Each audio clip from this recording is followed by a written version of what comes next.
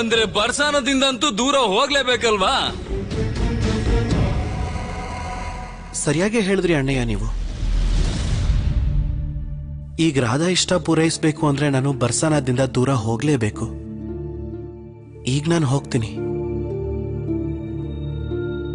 ಯಾಕೆ ಅಂದ್ರೆ ರಾಧಾಳ ಇಚ್ಛೆ ನನ್ನ ಪಾಲಿಗೆ ಆದೇಶ.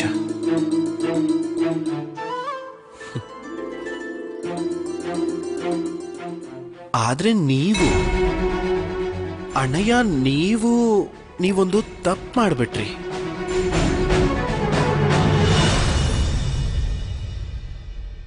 ಏನ್ ತಪ್ಪು?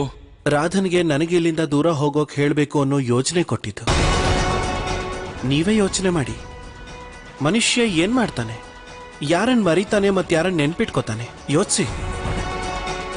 ಯಾರು ನಮ್ಮ ಹತ್ರನೇ ಇರ್ತಾರೋ ಅವ್ರನ್ನ ನಾವು ಮರ್ತು ಬಿಡ್ತೀವಿ ಅಣ್ಣಯ್ಯ. ಮತ್ ಯಾರು ನಮ್ಮಿಂದ ದೂರ ಆಗ್ಬಿಡ್ತಾರೋ ಅವರನ್ನೇ ನಾವು ನೆನೆಸ್ಕೋತೀವಿ. ನೀವ್ ನಮ್ಮನ್ನ ಬರೀ ದೂರ ಮಾಡಿದ್ದೀರಿ ಅಷ್ಟೇ ಅಣ್ಣಯ್ಯ, ಆದ್ರೆ ದೂರ ಇಡೋದಕ್ಕಾಗಲ್ಲ.